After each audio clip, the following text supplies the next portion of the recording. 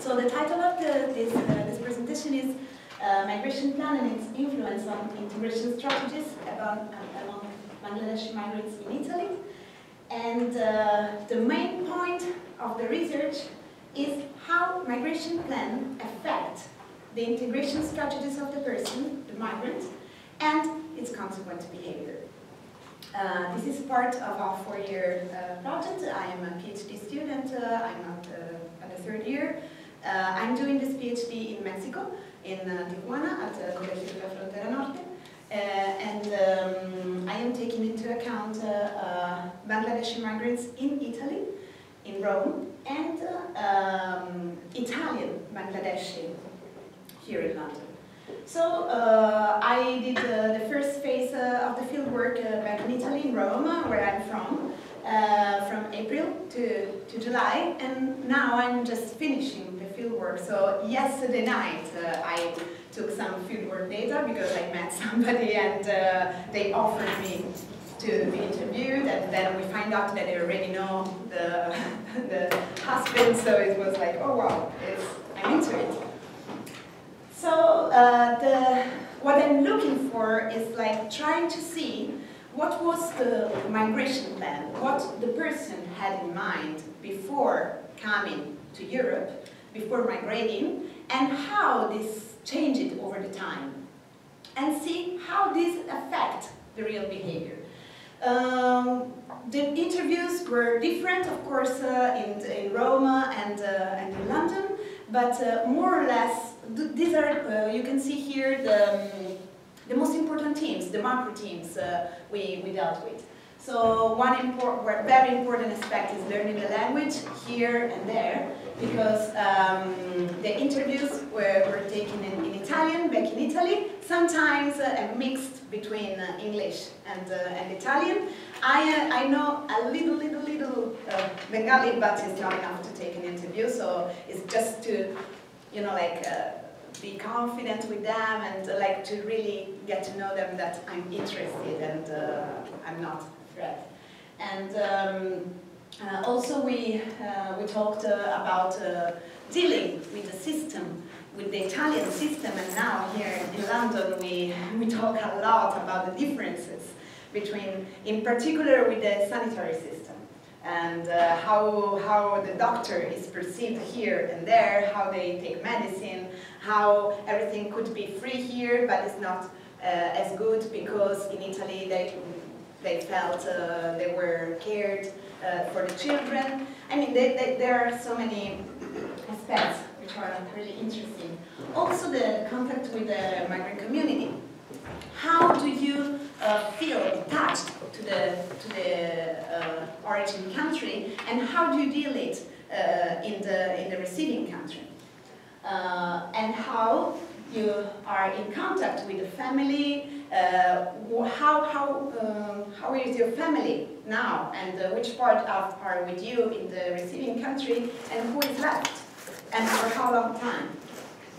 What do you keep and what do you acquire? So it's how do you feel that you changed the way you are wearing, the way you use the scarf, the way you are practicing your religion, the way you are eating and believing and talking and using expressions.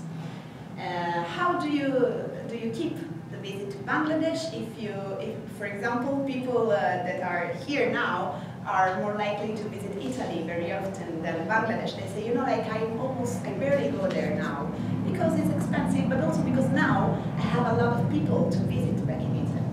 And the plans for the future. So after all this, what are your future plans? What do you expect? What do you want to do? When I designed this project, Brexit didn't happen. But now, I have in mind to do some complimentary interview back in Italy again after being here, because I am pretty sure that something has changed, but we will talk about it later. So the context of the, we will talk more, mostly about the fieldwork in Italy, because I'm still taking interviews here, you know, so I can give you some data, but I'm not ready yet. So we will mostly focus this intervention about the Italian context. As you can see here, the context is in Rome, is a neighborhood called Torbignatara, and this is the place where I took most of the interviews and most of the field work and the participative observation, but also other area of the city. And here you can see the religious celebration. This is the public iftar, which is organized by this association, and which is called Duncato. And this is the Rata Yatra celebration, which also took place in the same area.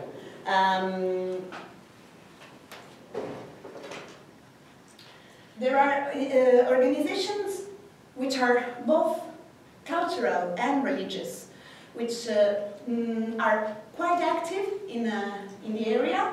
These are same moments, same days of the previous picture I showed before, and these are the Muslim community and the, oh, I didn't know it was touch screen.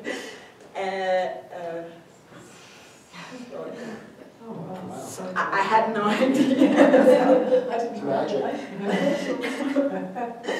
And this is the Hindu community. Maybe I should just no. Okay. So what we can see is a vibrant community, a very active community, which is like full of events. I was there just 3 months, but I took part to so many events that allows me to really feel part of the community somehow, and get in contact with them. But most of the people who are in Italy for more than 10 years, they say, you have no idea how it was before. Everything has changed. Everybody left, they all went to London. London doesn't, you don't have to think about London just as London. London is also UK. Sometimes there are big communities like, for example, in Leicester, in Nottingham, but London makes like a huge impression of the social representation of what is UK. Sometimes they say Italy and London. They don't say Rome, they say Italy. But I never hear them say UK, they say London. And even if data are in contradiction with this statement, because Bangladeshi migrants kept on arriving during the last years, the perception of the community is different because the pioneers left. So in the last 5 years, more or less, we can see this phenomenon very big of people who took the Italian nationality and the Italian passport, and with this they could come to London as European citizens. So just to quickly show you this data, as you can see, we take from 1992 until 2015, and they kept on arriving, and they never stopped, and there really is a growing number. We started with this number with about 5,500 people in 1992. This is a very important time for the beginning of the community, because, as we will see, there were like conditions which allowed a community to be born. And now, the migrants, the number of migrants are the migrants, I would say, not citizens, not Italian citizens, are 138,837. Sorry, I wrote down the number because it's always so long. And of course, those migrants who gain the citizenship are no longer counted as migrants. So we don't have a real number of how many are there. And Bangladeshi migrants are part of a trend which hugely became like, he tripled from 2011 to 2015 for acquisition of citizenship from Italian migrants. So from 50,000 to 159,000 in the last year. So this is a trend, which some researchers read it as a good sign of people which are stabilized in the country. But others who call it like instrumentalized migration and citizenship, because they are taking the passport in order to get somewhere else. Because the Italian passport is stronger, is a European passport. So, okay. Arriving to Italy for the Bangladeshi migrants, of course, it's not easy. It's not easy. It's never easy to migrate, even for the sojourners, even for the so-called expert. Migrating is always a stressful experience. But in particular, for Bangladeshi migrants, it's not just direct. You know, you just don't take a plane and arrive there. But there are so many routes, which include sometimes Germany, Poland, Ukraine, Russia, and Eastern Europe. And there are sometimes some pilgrimage in order to find the documents. This is something like find the documents is an expression often used that hopefully I am translating correctly into English to give you the meaning. Because find the documents is something very important in order to get to stay in a country in a safe way. You know, like nobody wants to be like in the threat to come back to their country from one day to another. So it's something that maybe I had several cases of people who came to Poland, to Russia as students, and then they throw their documents as students, because with that they would take them back to their country, but with no documents they would begin from zero again and try to get a permanent visa. In most recent time, as we know, like there's a tragic way to come to Italy and other Greece and through the Mediterranean Sea. There are also many Bangladeshi migrants who came around 2008, 2009 mostly from Libya, because a lot of them were living in Libya and working in Libya, and then they came to Italy by boat. But yeah, in some other cases, they just received call from some friends or from some relatives who said, come to Italy because they will give you documents very easily. And it was true for one specific reason. I call it the pioneer era to show, I mean, to refer to the first migrants. Remember the graph we were talking about, the 1992, and the early 90s are the time where the migrants, the Bangladeshi migrants, can start to establish as a community, because they could, they kind of changed the route. Traditionally, as you know, there's a very stable community of Bangladeshi migrants here in the UK, and there were progressive restrictions of the migration policies in Northern Europe, and also, on the other hand, there were Southern Europe migration policies were more open and more accessible. Also, there was the possibility to fill a gap for the indesirable jobs, as a lot of receiving countries.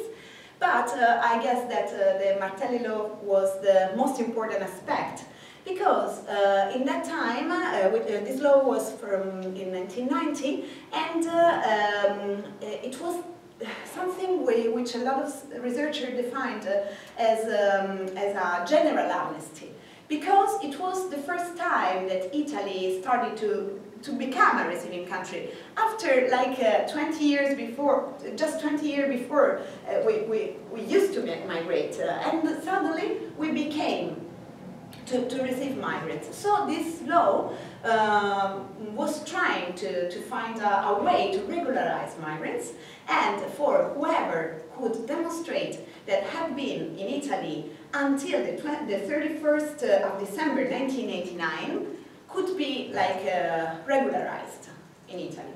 That's why there were people who call and say, come to Italy now, because it was a real opportunity, because you had to demonstrate it with a very simple way. You had to show a bill, you know, like it wasn't, I mean, it was very flexible the way you could demonstrate to be in Italy. So in many cases, you really didn't have to be there on the until that time, but there was a kind of market in order to demonstrate this state in Italy. So, given this context, we will now focus on what people said, and on the main reason people gave for choosing Italy. As you may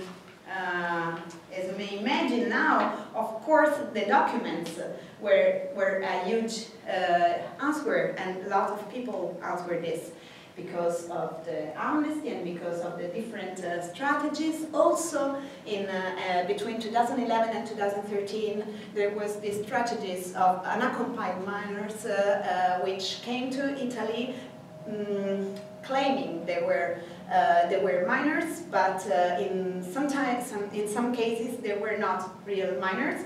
But in this way they could find a visa. Another reason they gave was to help the family, and yeah, especially for the youngest people I interviewed. This was really important. The pressure of helping out the family and some money home, which is of course different and totally understandable from people who was in Italy for 25 years and they had children in Italy. So it's like the money and helping out the family was kind of like less important than the youngest. Also, I had the chance to speak with people who just came to Italy for a good life experience, like a ritual, a passage to become adult and to become a person who is worth. Because in lot of sending countries, it's so common that you migrate, that you go at some point, that you're not enough, you're not adult enough. This is something I heard a lot of time, that it's like you have to go at some point, because you're not man enough if you don't go. Also, somebody took the chance to get help from some relative and from the network in general. And, well, family reunification, which is the most common reason for women, because they got married and afterwards they could do the family reunification with their husbands. And also study reasons, which is a growing number of university students. I had a chance to meet just a few of them, and I was surprised, but it is a minority in all this group, but they're a growing number, and it's kind of new. I think it's like 2 or 3 years old. So now we will see some pieces of interviews, and I focused just on very few parts because we don't have a lot of time, so it's better to focus on small parts and talk about them than present you a lot of work. And yeah, we talk about the early days, and there are mixed feelings, of course. The early days sometimes are really hard because you don't know anybody, you don't speak the language sometimes, but there is a clear difference between men and women. So this is a woman And I was asking her, so how was the first period of youth in Italy? Was it hard? And she said, not easy, because I couldn't speak the language, I couldn't cook, I couldn't work, and I didn't understand. So you argued with your husband? And she said, I didn't argue, I never said anything. I was used not to talk when I was at my mother-in-law's house. I didn't talk 2 days, I just took money and went out. Took bus tickets and buy pizza, gelato. He said no, but I replied, I suffered 4 years. I don't want to hear a no, never, ever. I had satisfaction. It was the first time I had freedom from my family, my mother-in-law, all the rules I had to follow, no more. Now it was my family, my house, my rules. So we can see that, of course, there is, for the woman, well, it is an empowerment process, because she doesn't have to follow the rules of a mother or a mother-in-law or a family or a brother-in-law or somebody else. This is her house, her power, and she really felt that she could take her life in her hands and decide.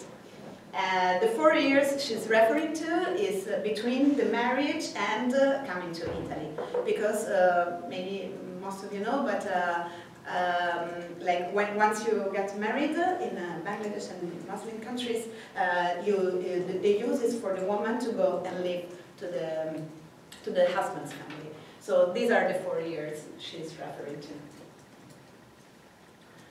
And on the other hand, this is one example of a man talking about his early days. This is a story about a man who is in Italy for 7 years now, and he's 36 years old, and he says, when somebody asks me, I tell them not to come, because there is a problem with job.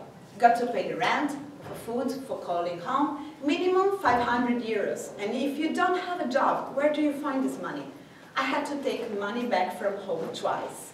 This is something that almost nobody talks about it, the counter remittance. Because, okay, it's something we hear a lot, that migrants come to receiving country to send money home. But there are many difficult times, especially at the beginning, where people don't have the chance, because sometimes they lose the job, because they don't find it, because they struggle, and they have to ask money from the family, which is really, really bad for them. They really feel bad, because they're supposed to come back to be there in order to help, and they can't. And also because the travel, this is not the focus of the research, but as of course many of you will know, the trip costs a lot of money. And the more safe, the more expensive. So it is something that a lot of migrants come with a huge debt, which they pay during the years, sometimes a lot of time. And this is something this is a tragedy for them, because it's something about pride and about not being able to go on with your migration plan. You are there to make money and you're not able to.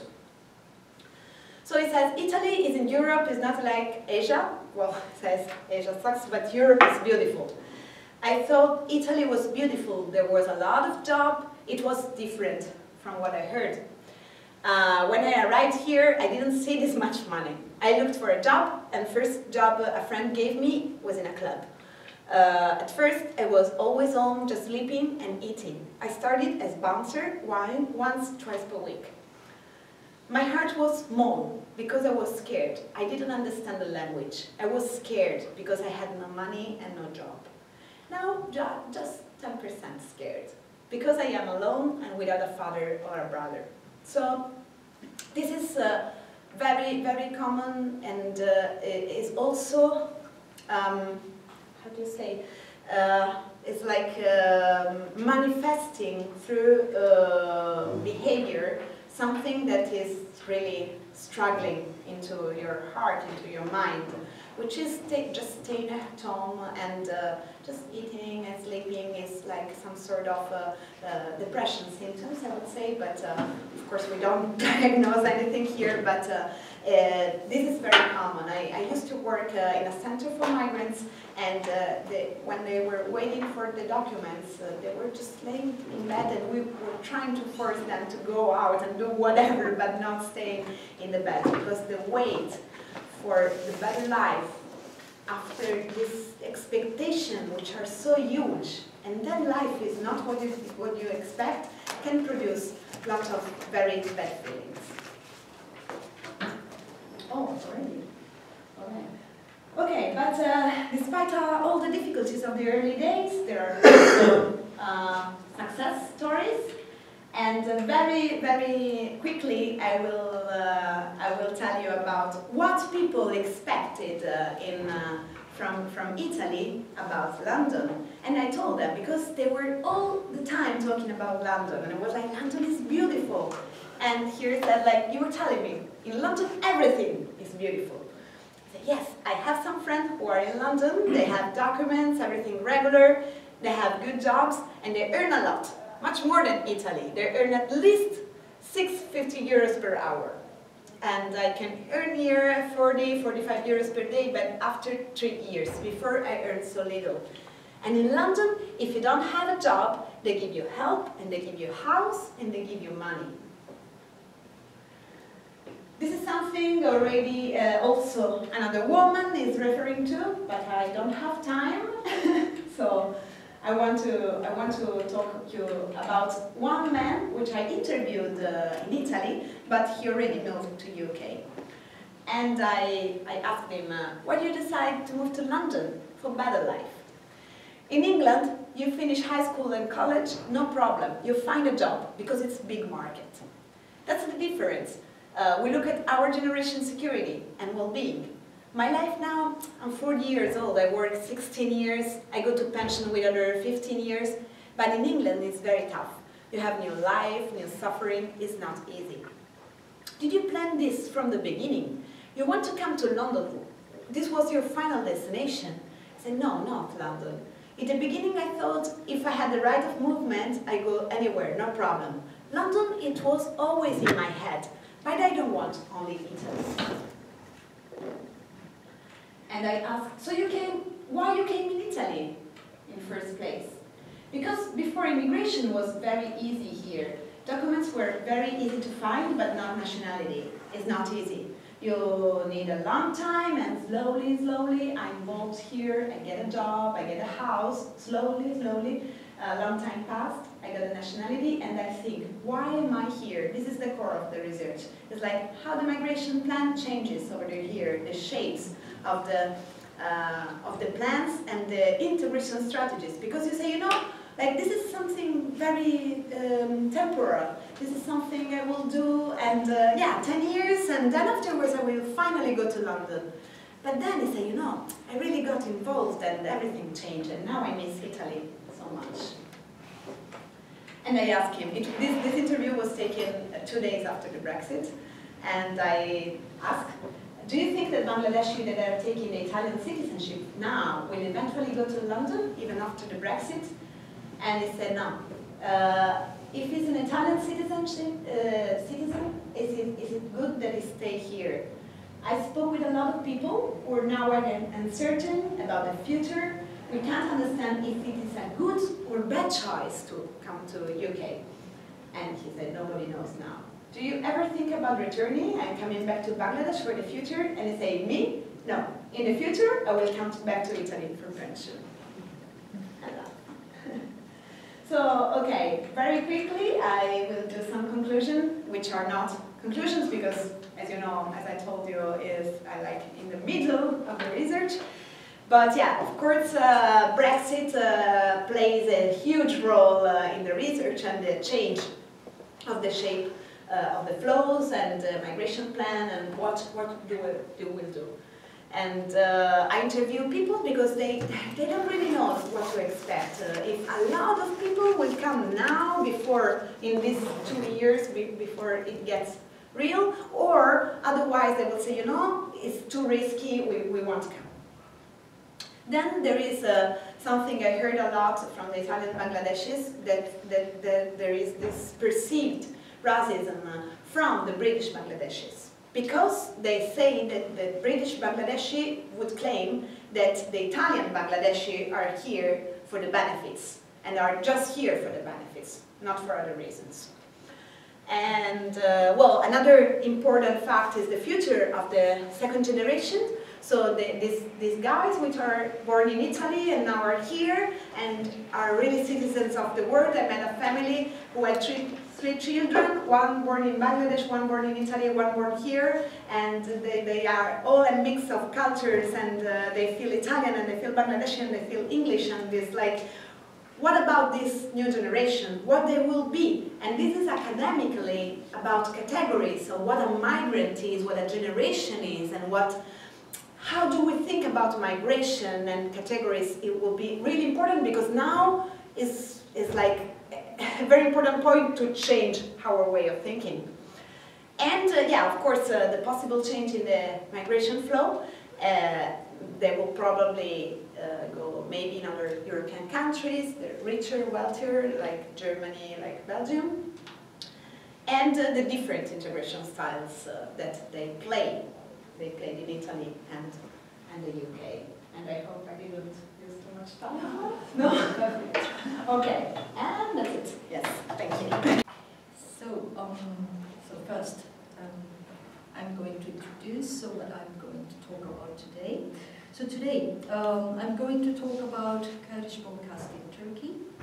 So long-term fieldwork in southeast Turkey. So I was based in this city, so in early 2000s, and because of my fieldwork here in southeast part of Turkey, called Gaziantep, so this makes me interested in Kurdish problem. So recently, the clashes between Turkey and Turkish army and Kurdish PKK have been ongoing in Turkey. And the condition there, especially in some parts of the southeast and east part of Turkey, this area, is experienced state of civil war, as you know.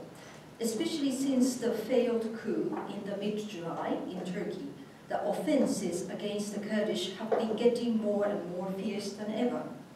So at this worst moment, talking about Kurdish media would not be the most appropriate aspect. Yet I believe that the relationship between Kurds and Kurdish government, Kurds and Turkish governments has changed over the time, although it has remained mostly very repressive. What I'm going to talk about today is rather belong to a better time with expectations of solving Kurdish problem.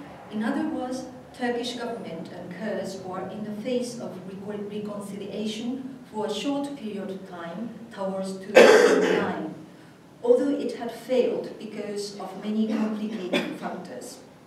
So in Turkey, there are more than 10 to 15 million Kurdish minorities.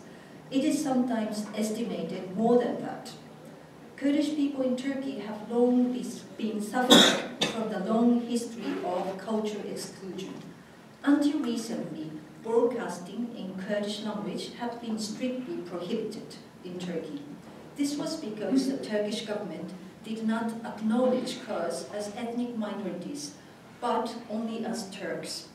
The claim for cultural rights, including Kurdish broadcasting and education by Kurds, had long been considered as a secessionist idea. In other words, it is often indicated that Turkey has been suffering from Sevr syndrome. Namely, it is a historically shared political and social anxiety and disbelief that Turkey might invaded and divided up by foreign powers and enemies within. Although Kurdish language broadcasting had long been prohibited in Turkey, in 2009, eventually Turkish government legalized the Kurdish language broadcasting and set a channel called TRT6. And in Kurdish it is called TRT6. on public broadcasting station. Today, I will examine why and how the TRT6 has inaugurated and further explores the limits, difficulties, and contradictions that the channel faces in relation with Kurdish diaspora community in Europe. By looking at this issue, we can have better understanding of why Kurdish problem has not been solved so far in Turkey. Particularly from the pressure by the EU, Turkey has obliged to democratize its political and social system as it pleaded for becoming a member state of the EU. In 2002, Turkey made concessions to legalize Kurdish broadcasting in order to demonstrate the progress of democratization. However, as you know, recently EU has voted down for further accession talk with Turkey. The new channel set up in 2009 and broadcasted in Kurmanji and Sorani dialects of Kurdish language. TRT6 is transnational broadcasting which can be watched not only by Kurds in Turkey and the Middle East, but also by Kurdish diasporas living in Europe. On the mere face of it, opening of the new channel seemed to afford the cultural rights of Kurdish people in Turkey. However, we need to further critically examine whether it ensures the cultural rights in a real sense. Also, by focusing on the Kurdish diasporas living in Europe and their views on the Kurdish broadcasting, I would like to pay the attention to the issue of transnationalism and the role of broadcasting.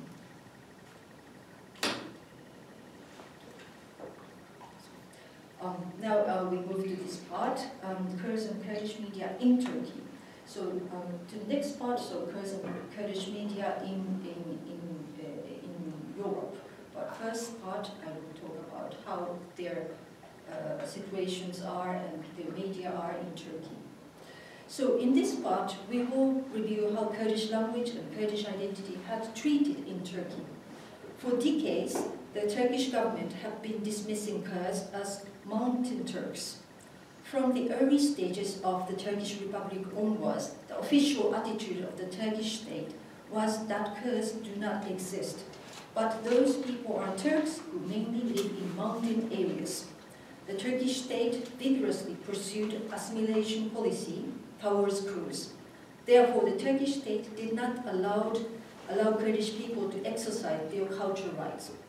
It means no Kurdish media and no Kurdish education for Kurds in Turkey for a long time.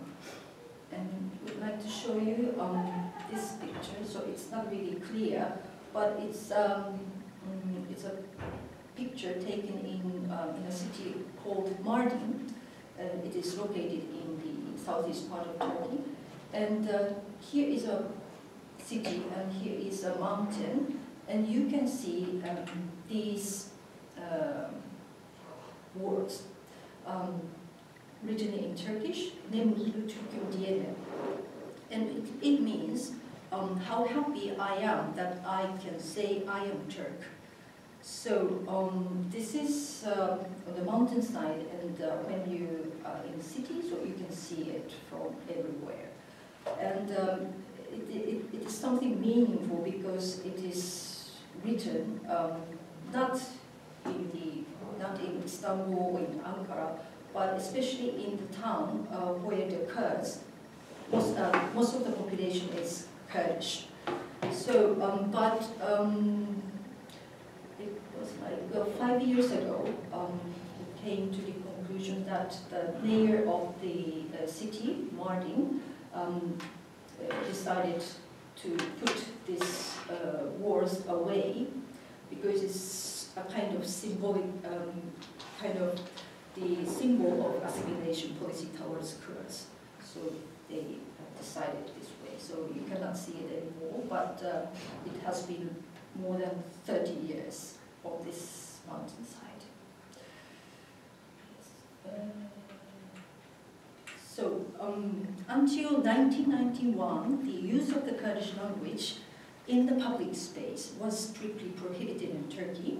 Even today, although public broadcasters started to broadcast in Kurdish language, Use of the Kurdish in parliament and other official settings are strictly prohibited on the grounds that it would divide the country along ethnic lines. In parallel with harsh treatment of Kurds by the Turkish state, the Kurdish nationalist movement started to form in the 1970s. In the early stage, their claim concentrated on the independence of Kurdistan from the Turkish Republic. From 1984 onwards, Kurdistan Workers' Party, PKK, this one, headed by Abdullah Öcalan, launched its revolt against Turkish state, which has caused the death of up to 40,000 people on both sides. Yet after the intensified civil war between the Kurdish rebels, the PKK, and the Turkish army in the 1990s, and the arrest of Abdullah Öcalan, the leader of PKK, in 1999, their political agenda has softened to focus on cultural rights such as the use of Kurdish language in mass media and education. Over the course of the time, the claims of Kurdish nationalists made a transition to more politically feasible objectives. In other words, their agenda shifted from acquire independence through violence to the claim of human rights and autonomous rule. So here, I would like to introduce an episode concerning the condition of Kurdish language in Southeast Turkey. So I have got this interview in London, who was migrated, a Kurdish bank employer living in London, who migrated from Turkey to the UK when he was 10 years old, told me in 2012 how he experienced the shocking moments in his childhood in terms of language use. His experience helped us to understand how Kurdish people in Turkey experienced alienation with regard to their mother language. Now I am in, it's going to be his words, now I am in my 30s, but I have experienced 3 shocking moments in terms of language use. First moment came in 1994, when electricity supply came to my village. With power supply, television set was installed in our house. On the one hand, it enabled us to inform the daily events happening outside the village. But on the other hand, as the broadcasting language was solely in Turkish, it meant that Turkish language invaded our home through television. Before having television, only language we used in our village was Kurdish. With the onset of the television, suddenly language other than our mother tongue was flooded. The second moment was when I moved to the provincial town called Elbistan. So he used to be in the eastern part of Turkey. I was 6 years old and started my school there. Although we spoke in Kurdish at home, outside our home, including at school, I needed to speak in Turkish. In the daily life in Elbistan, it was necessary for me to adjust Turkish dominant linguistic environment. The third moment came when I migrated to the UK at the age of 10 years old with my family. With the time, I learned English and graduated from British University. Now I have 2-year-old son, and what I think very difficult is how I can take over our mother tongue to my son. We do not have Kurdish children's TV program with good quality. I, my wife, and some relatives here in London are the only Kurdish language source for my son, he said. So, the next part is Kurdish diaspora and media in Europe. In 1991, the state-dominated situation of broadcasting in Turkey has come to change. At the end of this year, private broadcaster called Star One started the air from Germany by using satellite. Turkish private broadcaster based in Europe seek a loophole in a broadcasting regulation, and ipso facto, Turkey burst into a new era in terms of broadcasting media. Not only Turkey, but also other Middle Eastern countries experienced this radical shift in broadcasting in early 1990s. This change was mainly caused by the start of private satellite television outside the region. namely on the basis of European diaspora. Although Kurdish broadcasting was forbidden in Turkey, in 1995, a Kurdish satellite television called Med TV, this one, was established in London. The satellite footprints enabled the channel to create a transnational Kurdish audience by connecting the Kurds in Middle Eastern countries with Kurdish diaspora communities dispersed in Europe. So one of the researchers, called Hassanpour, evaluated the Med TV as follows. The channel allowed the Kurds, for the first time in their history, to establish a powerful mode of communication among themselves and undermine the state-centered geopolitical order that has reduced them to the status of helpless minorities. Although the private broadcasting was legalized in Turkey already in 1994, the broadcasting in Kurdish was still forbidden, despite the fact that the people have access to Med TV easily with satellite dishes. Turkish government fiercely accused the station in Europe. This was because the government considered the existence of the station apparently threatens the unity of Turkish nation. Although accused by Turkish state, most Kurdish people appreciate that the broadcasting continues to exist. Despite the station being named sometimes due to the revoking of its license, the production center of the broadcasting has survived to exist in a suburban town of Brussels in Belgium. And the current successor of the channel is called Nuce. Like this.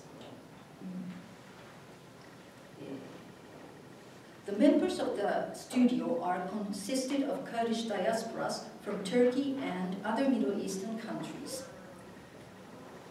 The aforementioned Kurdish banker in London estimates the Kurdish satellite broadcasting in terms of linguistic and collective identity as follows. In the linguistic term, I think Kurdish broadcasting has positive effect. Thanks to the establishment of Med TV, dialects of Kurdish such as Kurmanji and Sorani come closer and contributed to the standardization of Kurdish language. In terms of Kurdish identity, the Kurdish satellite broadcasting enables awareness building among the Kurds, not only in Turkey but also in Europe and the Middle East beyond the border. In other words, Kurdish satellite broadcasting is a meaningful media with which Kurds can identify themselves, and it provides them a kind of imaginary belongings. Another prominent role of the Kurdish satellite broadcasting has been offering an alternative source of information to Kurds with regard to the conflict between Turks and Kurds. Related to this point, Turkan Özcan, she is on board of a Kurdish association in London, mentioned not only TRT, but also Turkish media generally do report the internal war between Turks and Kurds from one side. Moreover, Turkish media's coverage on Kurdish issue is always something negative. So now I would like to see the background of the opening of our Kurdish channel on TRT. When the TRT-6, the Kurdish language broadcasting, was launched in Turkey, it was reviewed as a turning point in Turkey, in Turkey's official attitude toward Kurdish people. It is remarkable that the Turkish state broadcaster opened a Kurdish language channel, as for 85 years, Turkish government ignored the existence of Kurdish identity. However, the launching of the TRT-6 caused the mixed reactions in Turkish society. First, we look how the opening of the Kurdish channel was conceived within the political circle. At this time, in 2009, Prime Minister Erdogan gave speech in Kurdish by himself in the test broadcasting, which started in the end of December 2008. He said in pre-recorded message, best wishes to TRT-6 in Kurdish. It was momentous that the Turkish Prime Minister spoke in Kurdish on the television program, as the use of the language had a long history of prohibition. While the ruling party, AKP, took the initiative in the inaugurating of the new Kurdish channel, opposition party saw the channel negatively. For instance, CHP President leader Deniz Baykan criticized the opening of the channel and said, according to my understanding, the government has to be blind to ethnicity. It is not right to spend public money for just a part of citizens who claims for their ethnic identities. Now we look into how Kurdish politicians viewed the opening of the channel. The largest Kurdish political party at that time was DTP, and DTP's attitude toward the TRT6 is complex, but overall they see the establishment of the new Kurdish channel as a political ploy of AKP. So they see the real motive of the opening of the channel in the AKP's aspiration to win the local election in March 2009 and to compete with Kurdish party DTP in southeastern part of Turkey. A reaction from journalists. Major Turkish daily Hürriyet columnist Mehmet Ali Bilan showed positive and expecting attitude toward the new channel under the title of "We have come a long way in Kurdish issue." The idea of oral çalışmalar from the Daily Radical seems to be most convincing. If one takes into account that after the 1971 coup, one risked life in prison for simply using the word Kurd, the trend is toward ever greater visibility of Kurdish issues, which can no longer said not exist. Next, I would like to add the background of how the Kurdish channel was launched at this time. So, in the early years of AKP, Justice and Development Party government, which started in 2002, the government was keen to solve the Kurdish problem, and it showed much more reconciliatory attitude compared to successive governments. In 2005, the then Prime Minister Erdogan acknowledged that he was willing to solve the Kurdish problem in front of the public. In July 2009, the AKP government announced Democratic Initiative, which is also called Kurdish Initiative, as the main target of this program was to solve Kurdish problem. Yet it could be said that the prospect of the initiative was bleak, and from the beginning of the time, as soon as after the announcement, harsh opposing voices, both from opposition party and Kurds, came out. In October, when some PKK fighters returned from northern Iraq to Harbour Gate of the Turkish and Iraqi border, these fighters were welcomed by hundreds of Kurds as if they had returned from a victorious campaign. Yet this event was a turning point that the reconciliatory atmosphere between PKK and AKP government came to destroy. Today, I cannot step into why Kurdish initiative was eventually failed, but at least it is possible to say that the scope of the initiative was limited and demands of the Kurds were not well reflected. So, the implementation of TRT6 marks a historical turning point for acknowledging Kurdish cultural rights. Yet, there remained unsolved and contradictory problems with regard to Kurdish broadcasting and actual situation of Kurdish language. In this part, I will identify 3 controversial points in Kurdish broadcasting and Kurdish problem in Turkey. So the first one is contradiction of Kurdish media and language in Turkey. An article by Diyanet in Turkey addresses conflicting situation of Kurdish language today. It indicates that a banned Kurdish song by the state was played in the opening program of TRT6. When the same song was aired by the private Kurdish radio station in eastern Turkey, the owner of the radio station was sentenced to 5 years in prison. An article banned to the Kurds, an article by Diyanet indicates that the broadcasting Kurdish allowed to the state, but it is still banned to the Kurds. In the same way, pro-Kurdish Democratic Party MP Shanak, without recognizing the same right for private Kurdish channel, TRT6 would remain a hoax to undermine the struggle for cultural rights.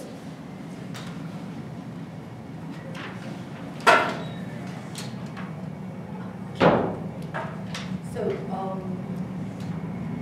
yes. Next is the competition quality. While the AKP government intended to open the Kurdish language channel, there are some factors which broke the way to establish the channel in 2009. Most important factor is the competition with other satellite Kurdish broadcasting, particularly former Roj TV. Already established as MIT TV in 1995, Kurdish satellite broadcasting had attained the popularity among the Kurds long before TRT6. Recently, the number of the Kurdish satellite broadcasting is increasing, and most of the channels are in line with political parties. Turkish government has been annoyed by the existence of Kurdish satellite broadcasting, as the government has considered the satellite channel lead to a separatist idea. In these instances, the inauguration of the TRT6 was a rational decision for the AKP government to counter the influence of the satellite Kurdish broadcasting in a more sophisticated way. And there are some other problems that recruitment of Kurdish performance media professional is very difficult, because it is mainly based on the media culture or journalistic Kurdish journalism practices is mainly based in Europe, or it was practiced by the European diasporas, Kurdish European diasporas. So it's really difficult to recruit all these Kurdish performers and media professionals inside in Turkey. And the other problem is the production of the TRT6 was mainly based in Istanbul and Ankara. So it does not reflect the reality of the Kurdish culture and Kurdish society in Turkey. So it should have been taken place in southeast part or eastern part of Turkey, but the production was mainly done in Istanbul and Ankara. And the third problem is the political tensions.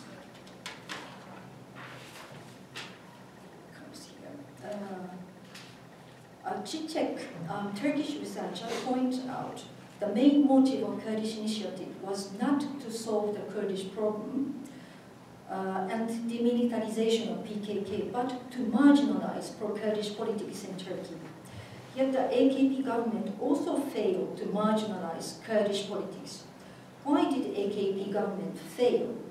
I think it was because of the tactic of AKP to use the carrot and the stick at the same time towards Kurds.